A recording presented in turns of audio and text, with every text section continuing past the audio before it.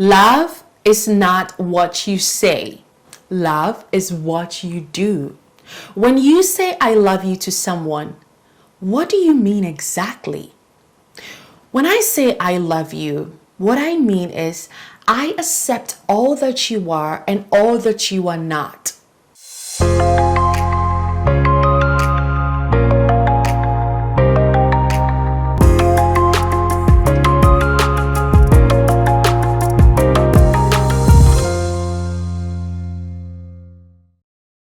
Welcome to the chat with Selassie. I appreciate you for stopping by and watching today's episode. Oh, I am Selassie, just so you know.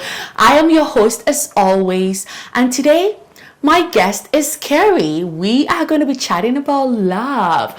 I know I love love, and I'm guessing that perhaps you love love too. I know Americans love a good love story, and today is one of those, a good love story, a love that stands with you and stands by you.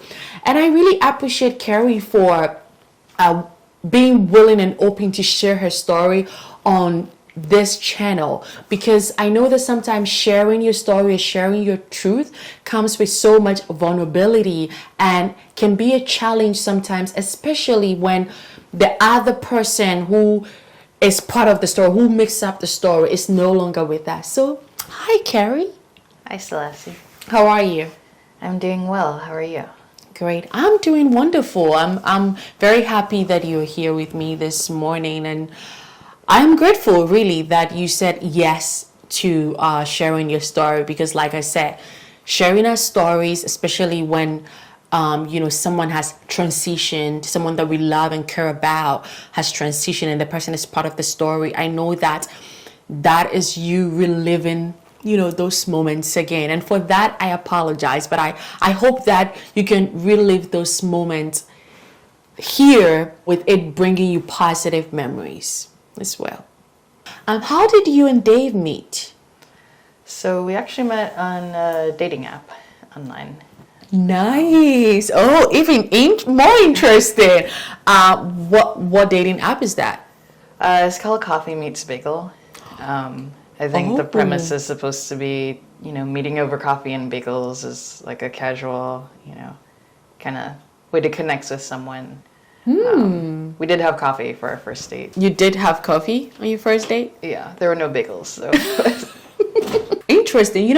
Actually, online dating, I knew that wasn't my thing, but then some of my friends talked me into trying it, and I tried it. I think I was kind of open-minded, about it, the whole thing, and I was on Hinge, and I was on the one you just mentioned as well, briefly, but then I ended up, just getting off all of it, because it's like, this is too much work. It's just it's just too much work. But it is interesting. I didn't have luck like you did though on Coffee Meet Bagel. I did have some luck on Hinge, but it didn't go anywhere. I got to meet people and got some connection out of there. Take us through. You guys met online, and how was the connection like? When did you guys decide to meet? When did you finally meet?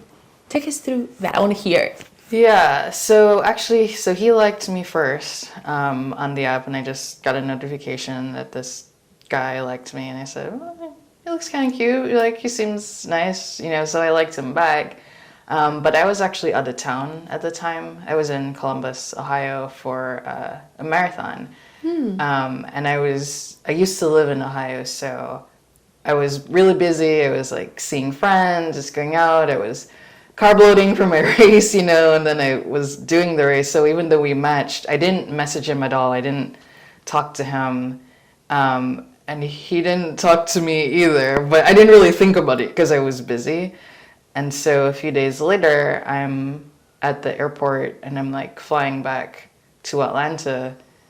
And I'm matched with that guy. I never messaged him. And Coffee Meets Bagel does this thing where if you match with someone but you don't talk for X number of days, it sends you an automated reminder. It's hey, you should talk to this person, whatever. Yeah. And so we both got that reminder, and I guess he didn't read it well, but he thought I was messaging him. And so he was like, oh, this girl's kind of like, why am I not talking to her? So then he messaged me, and I was like, in the airport, and then he was like, oh, I'm sorry. He was sick, I think. And then I was out of town with friends. So we both kind of just, oh, yeah, sorry, we didn't, like, say anything. And then so we finally started talking. And then the other thing with Coffee Meets Bagel is they give you a week. And then after a week, the chat expires, and you can't talk to each other anymore. So the idea is they want you to get out of the app, I guess, like go exchange numbers, go into the real world. But we had like just started talking, and I was still, just getting back. And so then I got the notification that the chat expired, and we just hadn't gotten very far. So I was like, oh, well, I guess, that's that. But then you can extend it. You can extend the chat, correct? I think you have to pay to extend it. Oh. So I then got a notification like the next day or whatever, like Dave has extended the chat. So then we finally started actually talking. So then we finally, exchanged numbers, and then he told me that he designed a board game. And so that was published, and so he told me the name of it. So of course I Googled it, and then I saw his last name. It was just Lupo. And so I always, before I go out with anyone, I do some research and make sure they're not a crazy person. Especially here in Atlanta. Yes. Yeah. So because he told me the name of the board game, it was easy to find out his real name, and then easy to internet stalk him, and I found him on Facebook. And the more I read about him, the more I'm like, oh my gosh, this guy is amazing. And talking to him, obviously some of that too, but just also continue to get to know him.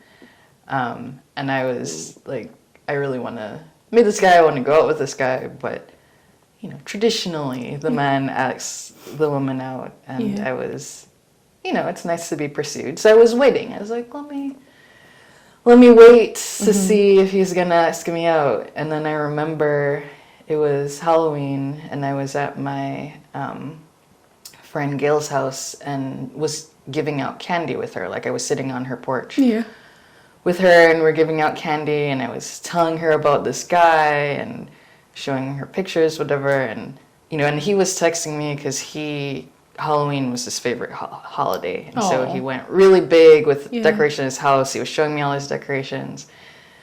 And I was like, this guy, it's been however long, this guy hasn't asked me out. Like, should I ask him out? Like, what's the deal? And how long was it? Like, from when you guys met to when he asked you out? It was probably another week. Yeah, but I was getting impatient. Yes, and that I feel like a lot of women, not just women but men too. Like once you find something, you're like, oh, this looks cool. This person, 1 week can feel like a year. You can feel like, oh my goodness, it's been decades already. Ask me out already. Come on. Right. So then I was starting to think, like, is he interested? Like, does he want to go out with me? So I finally was just like, maybe we should meet up or something. Oh, so you ended up bringing it up? I suggested it, but then he picked something. He's like, okay, let's go to XYZ place and have coffee. Yeah. Did you say verbatim that we should meet up? I don't remember my exact words. Okay. Something that along those lines. Okay. So then I brought it up, but I don't know if you want to say I asked him out or he asked me out, but he planned it. Okay. So we went to a coffee shop. It's called Rev Coffee. Oh, you remember? How many years ago was it? Well, it's his favorite coffee shop, so we went there after we started dating too. Yeah. But neither of us drink coffie.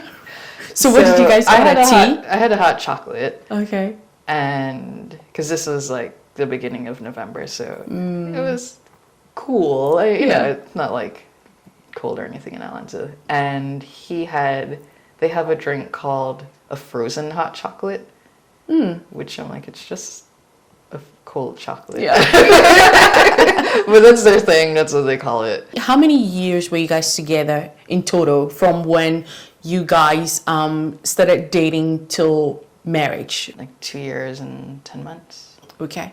Okay. Now you met, at the coffee shop. Was he everything that, or was he majority? I don't think that there's, a perfect partner out there who will come with all the things on our list. I think that once the person comes with majority of the important things, the non-negotiables on your list, that is a good go. So was he, did he check a lot of your boxes in terms of your priorities? Yeah, it was a really good first date. They say on the first date you're not supposed to talk about like religion and politics, and we talked about all that stuff. Like, it was very deep conversation. Yeah, we talked about like, abortion. We talked about like all of the like hot topic, hot button things, and it was a very deep conversation. We talked about faith. We talked about we're both people of faith, so we talked about like just the church as an institution. We talked about the good and the bad, and like we were just so aligned on so many things. And I don't know how long the date lasted, but it was pretty like we just we finished our chocolates and we just kept talking until it was like in the early afternoon, but it was getting kind of like to dinner time kind of thing, and I was like, well, I should probably go home and like make some dinner. And up to the point when we actually finally went on a date, I had been doubting. I'm like, I was really into him, but I'm like, is he into me? Like, he hasn't asked me out. Like, sometimes he'll take a while before he texts me back. When I text him, I was like, I don't know. But after the date, and I think he really felt that connection too, then we were texting nonstop, like every day after the first date. Wow. And just like you said, you were like, they said, oh, whoever it is, whoever they is. I know that a lot of the times in society, we are like, oh, make sure you don't talk about this on the first date and that. I don't know who brought about those rules, but I'm not necessarily like a big follower of such rules. Like, I feel like dating in love has no manual. You just have to let your soul guide you. I don't know, let your gut guide you, and wherever the conversation goes, it goes. So I really like that approach, because I've also been on a date where we spoke about very serious stuff on the first date. We spoke about faith, we spoke about children, as to whether we both, would want you. So we spoke about serious things that they say we shouldn't talk about on a first date. And also, they said first date should last for an hour. But I think that particular date of mine, I really liked the guy, and he made me feel like he liked me. It went over an hour. I'm guessing your date went over an hour too. At least a couple hours. Yeah, because you said you were there, and it was getting to dinner time. So, well, I'm glad that we have that in common at least. So now the date is over. You guys had your first date. Did you guys have a second date, a third date? How many dates did you guys have, and how long did it take for him to, ask you out? Like, okay, I want to get to know this person more. I want you to be my lady. I want you to be my girlfriend. How did that come about? So before I do have, what did I say? I am very insecure sometimes. And so before that first date, I was like, I don't know if this guy likes me. He seems really great. Am I going to be like interested enough for him? Blah, blah, blah. But ever since after that first date and through our whole relationship, he was just more than anyone I've ever met. So affirming. And so like words of affirmation is one of my love languages. Is that your primary? My primary are words of affirmation and physical touch. And your secondary is what? I don't know. We have quality time. Kinda... We have act of service. We have gift. Yeah, I mean, I don't know. The others just are kind of down there. Okay. Those two are the ones that are really... Okay. I guess quality time maybe, but... Okay. Anyway, he was just always very... it was always very clear how much he was interested in me, how much he cared about me, how much he thought all of these positive things about me. And so, I mean, it was very hard to feel, I've already forgotten the word, just like self-doubting or insecure or whatever. Even. I mean, or would you say it because of how much he was affirming you and affirming what you guys had going on, it was like doubting the relationship or the friendship was no longer there. You started believing in what you guys were building and yourself as well? I mean, I'm just an insecure person, so sometimes I would still creep in, but he was very much, like, not because of anything he did. He was very much intentional, I think, about being clear. So from after the first date, he kept talking about us in future tense and like, oh, about what we were going to do or whatever. So I'm like, oh, I guess he's going to ask me on a second date. Like, like obviously it sounds like interested, but then he had to travel for work, and so and we still texted all the time while he was gone, but it took a little while before the second date. What did he do for work? He was a software engineer. And you were also in the IT world, right? Yeah, I was doing user experience design at the time, so I worked with a lot of software engineers, but more on what the interface would look like and how it would operate from an end user perspective, and then they would build the actual code. Okay. So, I mean, I didn't work with him, but I worked with people in his role a lot. Yes. So, yeah, we went on our second date, and he actually brought me a gift on my second date, which I've never had anyone bring me a gift. What gift did he bring you? So, I guess at some point on the first date mentioned that I like birds, and he didn't get me a bird. Okay. That would be a little and he is obviously really into board games. Like, he designed them. That wasn't his job, but it was like his side passion. Yeah. And he got me this board game. So there's this board game called Seketsu. It's a Japanese name. And it's about birds and flowers. You're like building a garden with flowers and birds. Yeah.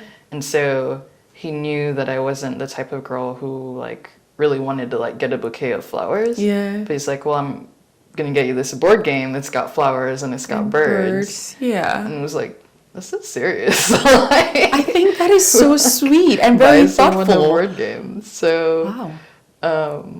Yeah, I mean, I still have it. It's a fun game. Yeah.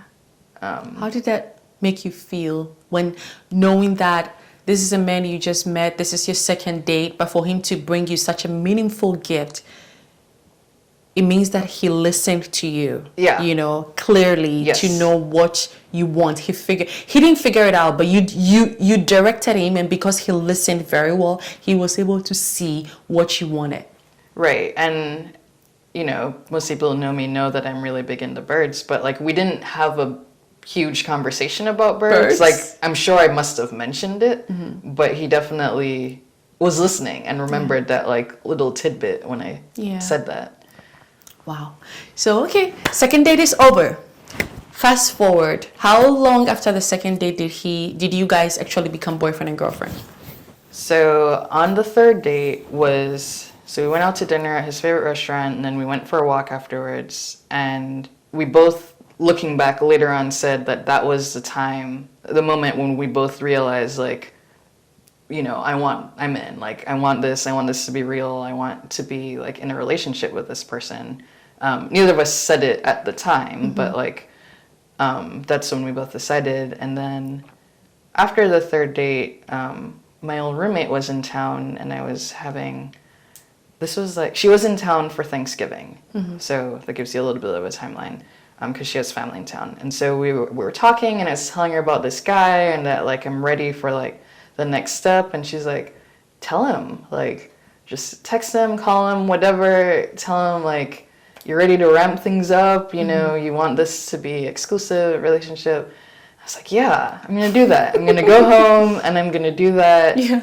And so I got in my car, and I got home, and he had texted me while I was driving, and so I looked at the text when I got home, and I just remember just walking into my apartment, into the kitchen, like, I remember where I was, like, oh, I got a text from him, I'm gonna, like, tell him how I feel, and it's this huge text, and I start reading it, and he tells me that he went to the doctor and because he had been having migraines, which he didn't normally have, and they said that there was, they did a scan, like, just to rule out anything crazy, and they saw a mass. And they didn't know what it was. It might not be serious, it might not be whatever.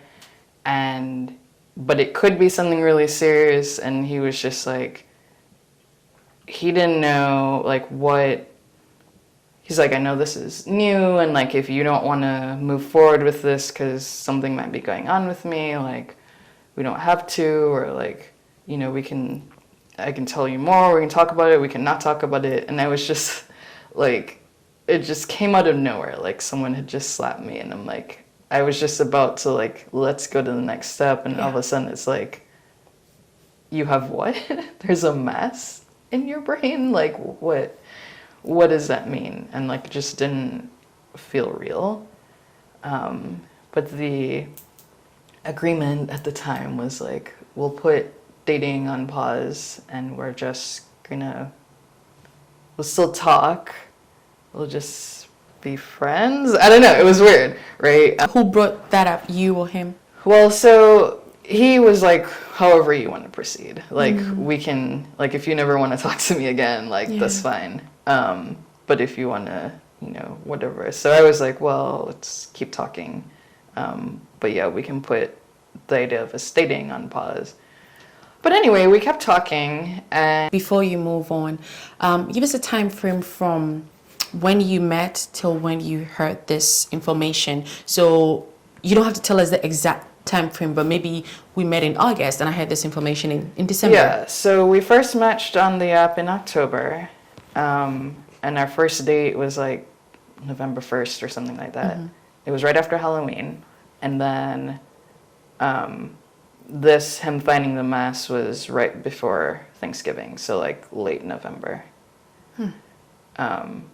And so we had been on a few dates, but we had been, which, like, to me, like, 3 dates doesn't seem like a lot, but we were also texting every single day, like, all day. So I felt like I really knew him at this point, and we were both ready to, like, be serious. Like, we both were already serious, like, you know, in our hearts. You got that information about a month after you guys started, you know, going on dates, right? And then you guys decided to be friends, not really pursue each other anymore, because he gave you a way out, like, in case you wanted a way out. Yeah, but he was like, but he also didn't know what was going on at the time, right? Like, it could be something really serious, it could be nothing. Like, we didn't know for sure. He had to wait to see a specialist. Yeah. So it was kind of like, well, while this all gets figured out, let's just, you know, put a pause on us.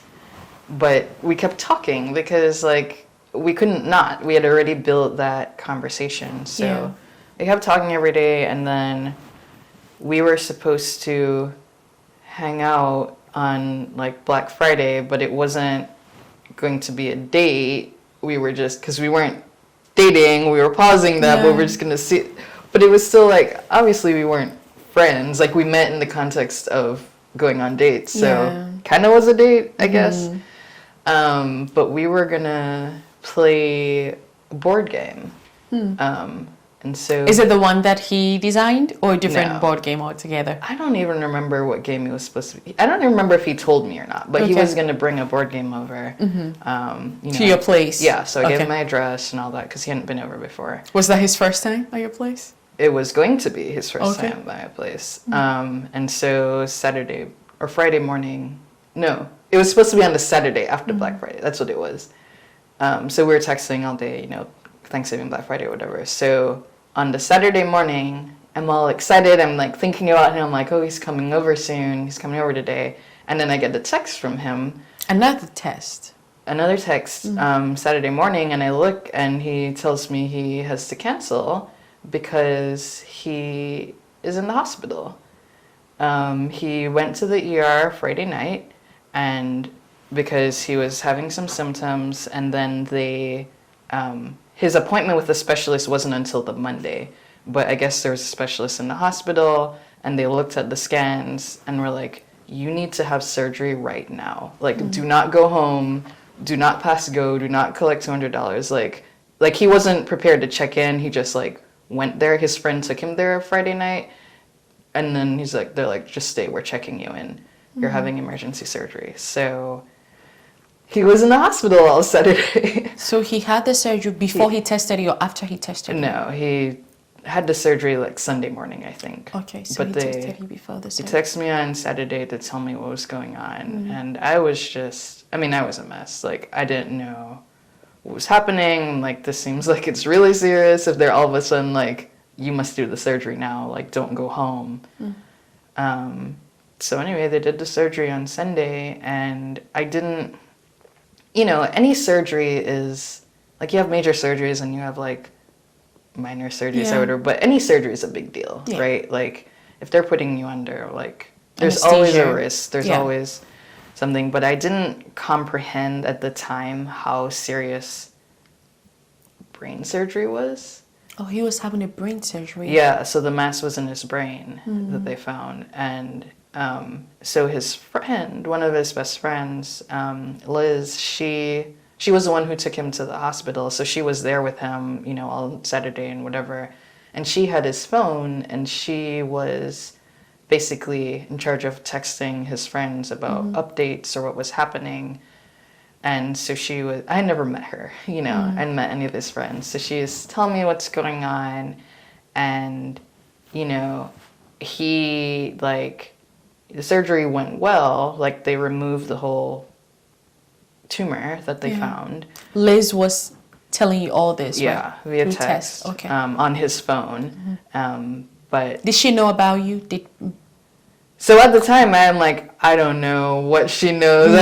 Okay. But he had mentioned me to her. Okay. And she, she would say things like, apparently, like, he couldn't walk and, like, he couldn't talk at first. And, like, because where the tumor was, let me think, it was on the left side. And so that's, like, near the language center, apparently. And, like, so she would just say something in passing, like, oh, he's not slurring anymore, or whatever, his speech. I'm like, he was slurring? Like, didn't, like, occur to me that he wasn't just, like, a normal person after surgery. And then she would say something like, oh, he's able to walk now with some assistance. I'm like, he wasn't walking? Like, I just didn't comprehend how serious it was. And how long the recovery would be. It just all happened so fast, and I felt really close to him because we had been talking every day and we had gotten so close, and we both, like, were ready for something serious, but at the same time, like, I didn't really know him, and I couldn't just show up at the hospital, like, well, I mean, I wasn't invited to show up, but I also, like, I didn't know where he was. I didn't know any of his friends. I didn't... Or his family. Or his family. I didn't know anyone. Like, I was just this girl he started dating. And, he had told some of his friends, like, oh, I'm talking to this girl. But, like, I didn't know any of them. And so I was in a very weird position where I was very emotionally invested. And I felt very close. But I also felt... Plus, we were like, well, we're not really dating anymore. And I'm like, I don't know where I fit in any of this. And I'm sure you wanted to be there for him, but you didn't know how to be there for him because all of the puzzles were not yet together. I didn't know what place I had in his life at that point. But so anyway, what happened was they found a tumor, they took it up, but there's so many different kinds of brain tumors. And, I learned this afterwards, but some of them are cancerous, some of them are benign, and they're not cancerous, and you take it out, and that's the end of your story, and everything is happily ever after. And even the cancerous ones, there's different grades. And so I'm doing all this research, and, I'm like, okay, this could be, like, kind of bad, this could be really, really bad, but they wouldn't know until they did a pathology report. So you're doing all of this research at home. You couldn't go see him, but behind the scenes, you're doing all the research to see how serious this thing is. Is that what it is? Yeah, okay. But also, he just wasn't, he didn't, because I'm like, some girl he likes. He didn't want me to see him when he's, like, slurring his speech and can't get Yeah. out of bed, and I'm sure it was like in a diaper or something. I don't know. Yeah. So he was also trying to protect me and maybe protect himself in some Yeah. way so he didn't want me to come by until he was better. Yeah. But I was, happy to come by. But so I am doing all this research, but also the doctors don't know yet either. They had to, I guess, do a biopsy or something, do a pathology report, and we were waiting for the report to find out what kind of cancer it was, or if it was even cancerous. And so we had to wait for that for a while, and I have never prayed that much in my life. I was like, this is what... I thought I knew what praying without ceasing meant, but I did not know until then. Like, every second, I was just praying, God, don't, like, let this not be cancerous. If it's cancerous, let it be, like, the really, like, kind that's not that bad. Yes, and one that you can just remove and let it not come back. Right, because then there are the really bad ones, like, recur. And there's some that, like, oh, it's cancerous, but if you get it out, like, That's it. you're good. So we still really didn't know. And then he was in the hospital for maybe a week. I don't know. He got there on a Sunday. I don't know how long. He was in the hospital for a while, and then they moved him to inpatient rehab because he had to do physical therapy and speech therapy, occupational therapy, all this stuff to regain, whatever, to kind of get back to where he was, to recover. And that was all the way in Union, so it was like almost an hour from where I was living. Did he have the surgery here in Atlanta?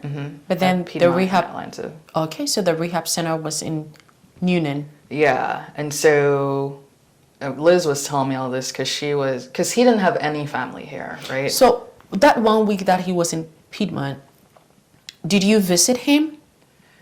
So I did leave that out. So I didn't until like right at the end, because also when he like started to get a little better, Liz gave him his phone back because at first he couldn't even like type anything on the phone. So what does a little better mean? What did it mean? Could he talk a little? Could he now test? Could he go take himself to the bathroom? He still needed to have supervision, but he could walk. Okay. So once he got his phone back, then now I'm talking to him instead of talking through Liz, getting updates. But it was scary because he still wasn't making 100% sense. Like he was just, the words would get garbled up and like I would have to like read a message 10 times to figure out like, okay, I think this is what he's saying. Which is scary because he's a very intelligent man and like communication was always, normal. But I'm like, obviously like he had brain surgery, like something's going on up there that's still not 100% fixed. So anyway, we were talking again and he agreed that I could come see him. But then I had a cold and so I had something and he's like, didn't really, obviously he's in the hospital, immune system compromised and didn't want me to come if I was sick. But then I started feeling a little better. So at this point, it's probably been like a week. And then I went to see him because I was actually going out of town for a friend's bachelorette party weekend. So I saw him like the day before I left or when I was on my way out of town or something. So I saw him in the hospital. I met Liz, who had been basically doing everything because like his family doesn't live here. And then they were telling me he's going to go into rehab. So a few days later, he moved to rehab. It was everything with like insurance and I don't know. It's a whole nother thing. It was really hard to get him into rehab, but he needed it. But they finally were able to get him into rehab, but it was like an hour away. And so it was the day before he went to rehab, I think, or maybe the day he went to rehab, he texted me or he called me. Yeah, I think he got the pathology report back on the Wednesday night and he called me on the Thursday morning. He got a report, then they went to rehab. So he called me Thursday morning from rehab and it's like, yeah, we just got the pathology back. It's basically, it's the worst kind of brain cancer. Like, and I'm just bawling. Like, I don't know, like, what to do. And he's telling me about, and I'd read about this kind. Like when he said the name, I was like, oh, that one's bad. And that one, even though they had a full resection, meaning they removed all of that they could see of the tumor, which was very fortunate because some people, they get this cancer and it's inoperable and it's in a place in the brain. Like brain cancer is really tough, like because your brain is so important and it controls so many things. You can't, if it's deep down in certain parts, like you can't go in there. It's way too risky. So he was very fortunate in that they could remove it. They were able to take everything out. They took the whole thing out. But the thing with this particular kind of brain cancer, it's called glioblastoma. It reoccurs. It leaves behind these microscopic or smaller than microscopic things, I guess, that you can't see. Like doctors can't see them, but they're just always there. They know they come with this tumor, and so they will eventually grow back at some point. It's not if, it's when. And you just have to hope. It takes a while. It doesn't come back for a while. When it comes back, it's somewhere where you can operate and take it out. But you're going to have this the rest of your life. And at some point, it's, probably going to kill you. So he's telling you this and, he's like, do you want me to come see? Like, I just woken up. It was early morning. I was getting ready to go to work. I was like, do you want me to come see you? He's like, no. And he's like, no, don't come out. Like, go to work, And he was trying to be positive. And I don't think I cried when I was on the phone. I mean, not like audibly. I'm sure like I had tears streaming. But as soon as I hung up, I was like ugly crying. And I was just like, I cannot go to work. And then I called him back and I texted him. I'm like, I'm coming. And he's like, okay. And I just... Yeah. You did not ask for any permission anymore. You're like, I am coming. I'm not asking you. I'm telling you that I'm coming. And he wanted me to come, but he said don't come at first because, I think he probably thought it would be too much for you to handle for someone he just met. Yeah, but I could not handle going to work. I'm like, I cannot function right now. Yeah. And so I got in my car and I drove down to Newnan and, and Liz drove down too. I think she must have taken the day off or I don't remember, but we were both there. We met all the doctors and the physical therapy people and whatever. And so I spent the day there with him. I didn't go to work. I just texted my boss. I'm like, I can't come in today. I don't remember how much I said. But my boss was really chill about that. And then the next day, so this was a Friday, the next day, I tried to go to work. Like, I physically went in. What I had told my boss was, my friend's in the hospital, I need to go be with them. And the boss was like, that's cool. And so I guess he had told my team, because then I walk in and like, this really sweet girl on my team, this lady, she comes over and she's like, oh, is your friend okay? And I was like, no. And I just like started bawling and she was like, oh, I'm sorry. And like no one knew what to say. And then like my boss came by later and he's like, is everything okay? And I was like, no. And I started like bawling again. And then like my product manager came by first, who a guy I work with, and then my boss. And then like the two of them talked and like one of them came over and they're like, go be with your friend Kayre. Like do not be at work right now. You obviously like. So then I drove back down to Newton.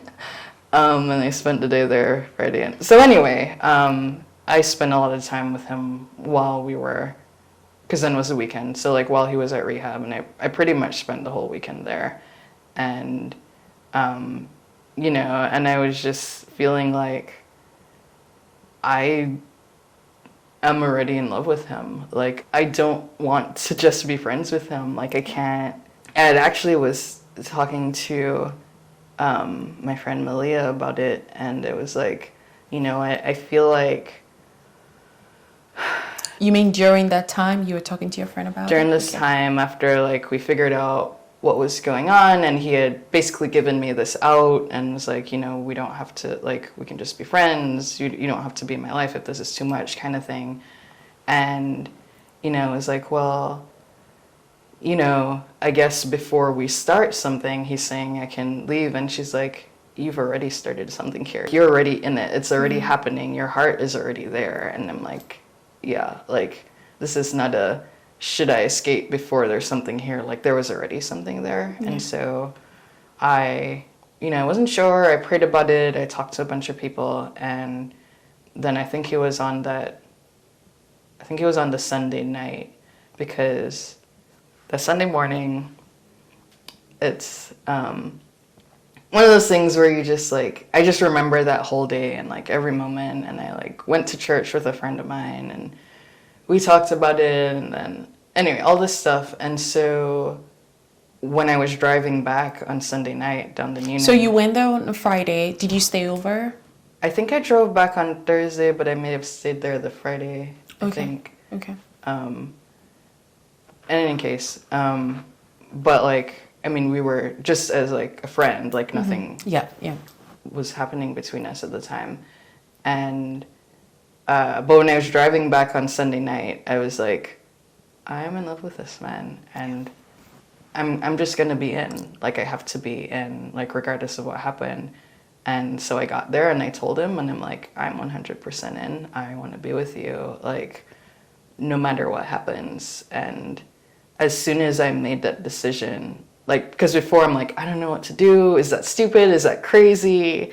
And no one's gonna tell you what to do, but everyone was kind of like, I know this is really hard. I could see either way, like, if you want to be with him, but if you don't want to be with him, like, no one's gonna judge you. You're not a bad person, like, But as soon as I made that decision, I felt like instant peace. Like, I'm like, I really felt like this is where God wanted me to be. Yeah. I'm like, I think, like, then I didn't second guess myself after that ever. I was like, I'm with him. Yeah. And we're gonna do this together, whatever that looks like. So. Wow. This was a big decision that you took, just meeting someone, liking the person, falling in love, and hearing that this person is unwell with something that could be incurable, and you still decided to go on this journey, with this person. So moving forward, after you made that decision and you told him, because I feel like sometimes when we are faced with life or death, to make a decision, when we come to a point where it's between life or death, or making a decision when everything looks like, okay, I have to make this decision now because there is no other time. I think that we are able to really think quickly and act on what exactly we want and do what exactly we want to do. Because look at it this way. Maybe if this wasn't the case, maybe if, he wasn't in this compromised position, right? Do you think you would have had that much courage to tell him that, hey, I'm all in, I love you, and we are going to go on this journey together? Do you think you would have been able to do that? Because a lot of the times women, we are not able to do that because, we are there waiting, even though we know what we feel, we are there waiting for the men to be the one to tell us first, and then we can tell them. No, I get what you're saying, but I was ready, because that day after I talked to my friend and I drove home, like, I was about to tell him, like, I'm ready, like, let's do this, when he sent me that text, like, hey, I just came from the doctor and they found this mess. Got you. So I was either way, you were ready going to do take it. charge. Either way, Yeah. you were going to do it. But I didn't at that point, because I'm like, now I don't know what's going on. Yes. There's this new information. Like, Yes. I don't even know how to feel. This feels like a TV show. It just didn't feel real. Nothing felt real. But once I told him, that I wanted to be with him, and then like, he told me that he loved me, and I don't remember who said it first, but like, I think he said it first, and then I said it back, and I knew that's how I felt. Like. Even though to me, I don't normally feel that quickly in terms of how long we've known each other, but we were talking every day and we just had such a connection. I was sure.